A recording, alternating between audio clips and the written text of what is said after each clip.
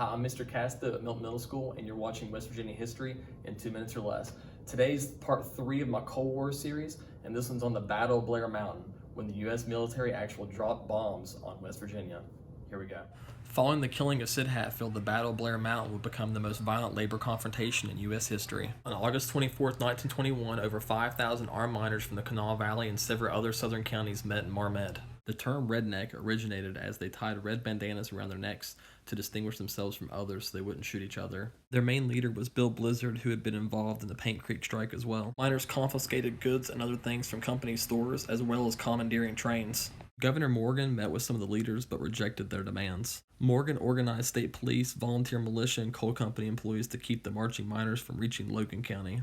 Governor Morgan called President Harding for help. Harding sent World War I hero Henry Bandholtz to assess the situation. On August 26th, Bandholtz, Morgan, and leadership met to discuss the situation, and miners were told to go home or face charges of treason. Local President Frank Keeney met with many of the miners at a ball field in Madison to tell them. Two events ruined these plans, however. First, the train to take miners home was late.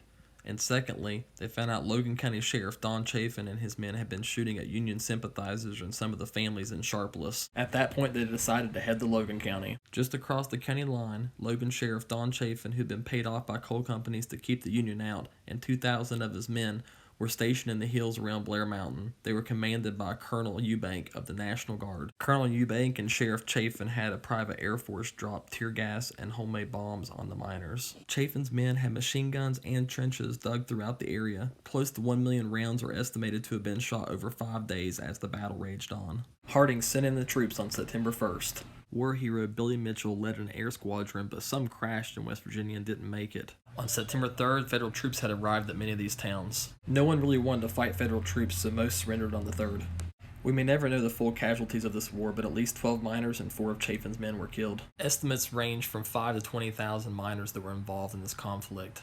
After the conflict, it would be years before the Union efforts would continue in the South.